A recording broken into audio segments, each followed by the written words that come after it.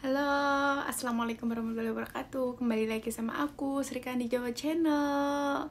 Oke teman-teman, jadi di video kali ini aku mau sedikit cerita tentang ini.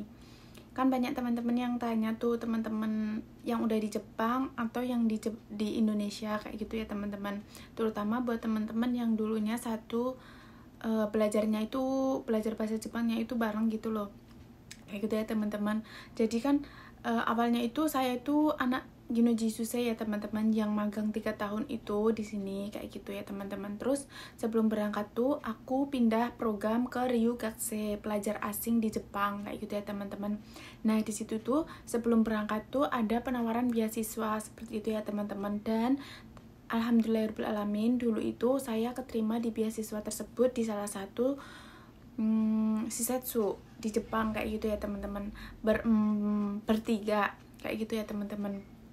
Nah udah sampai di Jepang, terus pas mau tanda tangan kontrak kerja 5 tahun kayak gitu, terus nanti sekolah bahasa sama keperawatannya itu nanti di beasiswain kayak gitu ya teman-teman. Jadi kalau beasiswa dari Indonesia itu tuh Nihongo Gakko atau sekolah bahasa Jepangnya yang di Jepang itu nanti juga dibayarin gitu ya teman-teman. Tapi kalau ngambil beasiswanya yang pas di Jepangnya kayak aku nih, pas udah di Jepang gini, ini baru ngambil beasiswa gitu. Jadi beasiswanya nanti pas sekolah di Senmong aja kayak gitu ya teman-teman, pas sekolah di perawatnya sana gitu lah teman-teman. Kan sekarang masih Nihongo Gakko, masih bahasa Jepang kayak gitu ya teman-teman. Tapi kalau yang dari Indonesia dapat beasiswa, jadi sekolah bahasa Jepang sama perawatnya udah dikasih beasiswa seperti itu ya teman-teman. Dan harusnya itu aku tuh dari Indonesia kan udah dapat Shisetsu tuh, udah dapat beasiswa, tapi Allah berkehendak lain. Aku harus memutuskan dan aku harus mendalami belajar bahasa Jepang dulu kayak gitu ya teman-teman. Dan dari situ waktu datang tuh aku tahun kemarin bulan 10 ya teman-teman. Lalu di bulan 11 kayaknya ya, bulan 11 tuh aku benar-benar memutuskan, itu udah keputusanku banget, karena aku sadar diri dan aku masih belum mampu menguasai bahasa Jepang kayak gitu ya teman-teman. Bahasa Jepangku itu kalau level 1 sampai 10 tuh aku masih di angka 2 sampai 3. Jadi aku tuh masih bener-bener zeng-zeng gitu ya teman-teman. Bukan sama sekali nggak tahu, tapi masih kurang gitu, masih belum cukup gitu bagiku gitu. Kalau menurutku sih seperti itu ya teman-teman. Lalu aku pas ujian Kaigo bulan 11 tuh aku kan belum lulus ya teman-teman. Terus dulu tuh di Indonesia ujian N4 aja aku berkali-kali juga belum lulus kayak gitu ya teman-teman. Dan kebetulan tuh aku lulus itu tuh JTEST. Buat teman-teman yang menguasai bahasa Jepang pasti tahu ya, itu tuh JTEST waktu aku mengikuti ujian di Jogja gitu ya teman-teman, sebelum berangkat ke Jepang.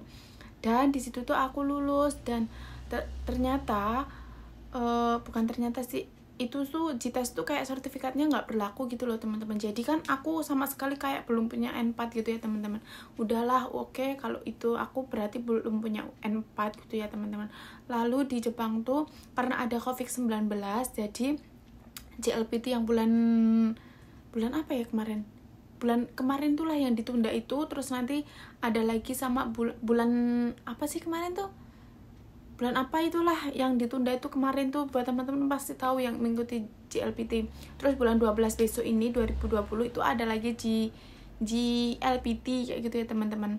Jadi kan aku belum bisa ikut JLPT, jadi masih belum lulus N4 kayak gitu ya teman-teman. Makanya aku memutuskan untuk keluar dari beasiswa di bulan 11 tahun kemarin. Pas datang bulan 10, bulan 11-nya aku keluar beasiswa. Bodoh emang iya kayak gitu, karena aku belum menguasai banget gitu. Daripada nanti pas aku sekolah di Senmong belajar perawat, aku masih bahasa Jepangnya masih bener-bener kayak anak SD. Jadi aku bener-bener memutuskan, dan aku pun diiniin ya, bukan dikatain, kayak di komen gitu ya teman-teman, kamu tuh nggak pantas gitu dapat beasiswa, orang kamu lo N4 aja belum lulus kayak gitu. Jadi kan aku ngerasa kayak direndahin gitu ya teman-teman. Oke, dari situ tuh aku jadi cambuk gitu ya teman-teman, karena aku harus bener-bener belajar lagi seperti itu. Dan pas udah keluar beasiswa itu pasti sodang ya, rapat sama sensei yang di sini kayak gitu ya teman-teman. Aku bilang kalau aku mau keluar beasiswa. Kenapa? Katanya Ya karena aku bahasa Jepangnya masih bener-bener belum menguasai sensei, aku bilang gitu. Terus di sisi lain aku masih belum ada apa-apanya dibanding teman-temanku yang lain kayak gitu. Aku bener-bener ingin keluar dari beasiswa, aku bilang gitu. Bener kamu memutuskan seperti itu, kamu harus sedang dulu sama orang tuamu, kamu harus kayak dibicarain dulu sama orang tuamu, sama sensei yang di Bahana, sebut merek, sama sensei yang dulu LPK kayak gitu. Dulu kan aku LPK-nya di Bahana ya teman-teman. Di video sebelumnya aku udah pernah cerita. Terus ya aku langsung pas besoknya itu kan aku telepon sama sensei yang di Indonesia. Aku telepon kalau aku mau memutuskan keluar dari beasiswa, dan itu tuh saksinya banyak banget, teman sekamarku, Mbak Indah, Kak Juju, kayak gitu. Dulu juga pas ada di kamarku, Wulan, kayak gitu ya. Aku telepon sama sensei Bahana kalau aku tuh mau keluar dari beasiswa gitu. Terus sensei tuh nangkepnya kalau aku tuh mau pulang ke Indonesia, padahal enggak, aku mau sekolah bayar sendiri sensei yang di sini, kayak teman-teman yang beasiswanya di Jepang kayak gitu. Oh gitu, tak kirain kamu mau pulang gitu. Bukan sensei, tapi sekolah Nihongonya aku mau bayar sendiri, bukan beasiswa gitu ya teman-teman. Jadi aku keluar dari Shisetsu yang dulu di Indonesia dapat beasiswa, seperti itu ya teman-teman. Jadi di sini tuh kenapa saya tidak pernah membuat kayak pas bikin story, pas belajar gitu kok gak ada teman-teman yang dulu berangkat sama kamu gitu. Iya, karena aku masih di sekolahnya itu masih di bahasa ya teman-teman. Kalau teman-temanku yang seangkatan dulu dapat beasiswa itu udah sekolah di perawat kayak gitu ya teman-teman. Jadi aku masih bareng teman-temanku yang masih sekolah bahasa kayak gitu ya teman-teman. Terus pas aku keluar tuh aku janji sama diriku sendiri, sama sensei yang di sini juga, sensei bahasa yang di Jepang ini, kalau aku, sensei saya yakin aku bisa kok lulus N4 secepatnya. Pokoknya besok kalau ada ujian bahasa Jepang, aku bener-bener harus lulus. Dan aku di kelas aku bakalan bener-bener sekolah dan bener-bener apa ya teman-teman, bener-bener kayak mengulang ya, bener-bener dari nol, dan aku harus bisa kayak gitu. Aku janji gitu loh teman-teman. Dan kalau ada ujian aku harus bisa gitu.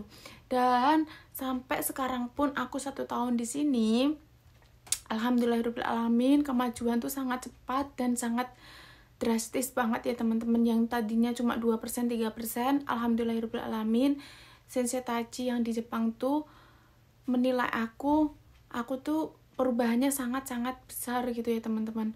Dan alhamdulillah ini sensei sendiri dan teman-temanku di sini sekelas tuh juga pada tahu sendiri. Aku tidak sombong dan tidak gimana-gimana. Ini berbagi cerita aja karena banyak yang tanya kenapa aku masih ada sekolah di sekolah bahasa Jepang sedangkan teman-temanku udah ke perawat kayak gitu ya teman-teman. Jadi ya itu tadi. Terus sensei tuh bilang kamu tuh perubahannya banyak, testo lulus terus, ujian lulus terus, alhamdulillahirobbilalamin. Kemarin mengikuti ujian yang bahasa Jepang itu loh teman-teman, itu aku lulus N4 alhamdulillahirobbilalamin. Dan kemarin tuh bulan 10 tanggal 10 2020 aku juga mengikuti lagi ujian Kaigo untuk mendapatkan beasiswa setelah nanti lulus di sekolah Senmong kayak gitu ya teman-teman. Jadi aku ambil beasiswanya itu nanti pas sekolah di perawat aja tahun depan bulan 3 ya teman-teman.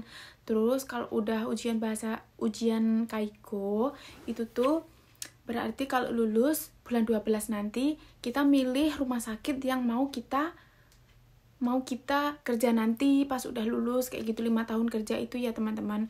Kalau yang dari Indonesia itu kan rumah sakit yang di Jepang datang ke Indonesia memilih anak-anak yang benar-benar dia pengen dibeasiswain. Tapi kalau beasiswa pas di Jepangnya ini kayak di sini nih, pas udah di sini belajar, terus nanti kan banyak rumah sakit, banyak Shisetsu yang datang ke sekolahku ini. Nah di situ tuh mereka tuh kayak sosialisasi gitu ya teman-teman. Jadi kayak aku dan teman-teman tuh tinggal milih Shisetsu atau rumah sakit mana yang serap aku pilih kayak gitu ya teman-teman. Dan di situ tuh nanti yang mengasih aku beasiswa, yang menyekolahkan aku di sekolah keperawatan nantinya, seperti itu ya teman-teman. Jadi itulah kesimpulannya kenapa saya tidak sekolahnya bareng sama teman-teman yang dulu berangkat. keputusan kalian adalah yang terbaik untuk kalian semua. Oke, terima kasih yang sudah nonton video saya. Jangan lupa like, subscribe, dan komen. Semoga video saya memotivasi kalian. Jangan lupa like, subscribe, dan komen. Semoga video saya memotivasi kalian semua. Terima kasih. Assalamualaikum. Bye-bye.